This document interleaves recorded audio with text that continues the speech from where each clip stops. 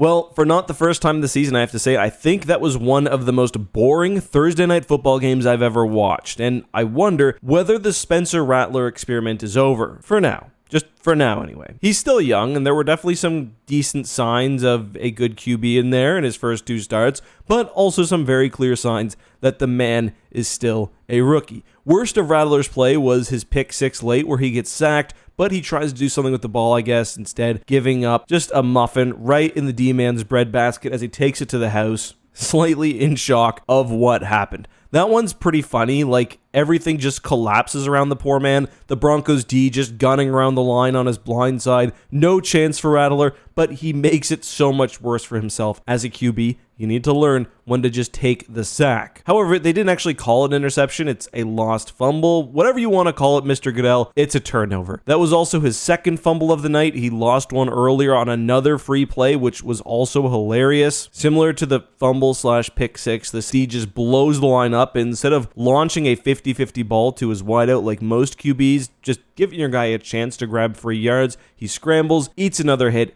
and fumbles the ball. Luckily, again, it was a free play for the offense, so that fumble 6 didn't count for Denver, but man, the Rattler experience has certainly been an interesting one. And to put the cherry on top of the ugly game for Rattler, he got hurt on the final drive, hurting his hip, and he didn't return, but it seemed precautionary to save him for next week. An awful way for things to end, but at least for Saints fans, they got to see a TD, as Haener immediately came out, marched the rest of the way for their only touchdown of the day. As I mentioned, the first 2 weeks of the year, the Saints were balling. Carr was slinging it like a madman, but that feels like forever ago. Now they've lost 5 straight. First team to start that way, then lose 5 since the 2013 Texans, who then, by the way, finished 2-14. And that was such a weird season because the Texans were supposed to be good. I don't really think they had any injuries. Matt Schaub just started throwing pick after pick. Like, he got space jammed. But you know, this year, that's just how quickly injuries can add up to devastate a team. The whole offense is hurting right now. They've got barely any starters left. Cedric Wilson and Mason Tipton are their top receivers. And who are they?